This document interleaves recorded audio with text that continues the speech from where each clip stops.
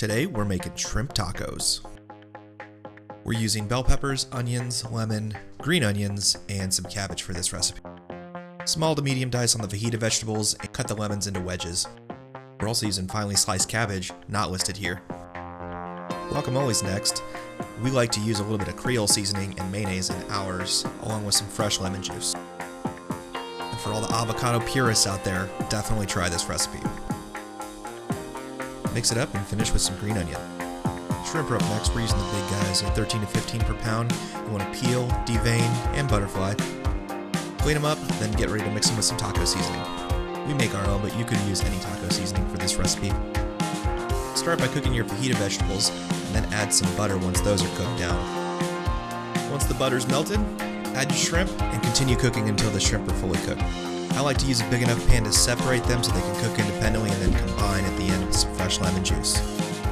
Next up are cheesy tortillas. We're going to start by throwing some mozzarella cheese down and then putting our tortillas on the grill after that. Flip once the mozzarella cheese is nice and brown. Plate these up with some fresh greens, your guacamole, and some Spanish rice, which we did not go over in this video. Garnish with fresh lemon or lime, and finish with your cabbage mixture, which is essentially just cabbage and some green onions mixed up.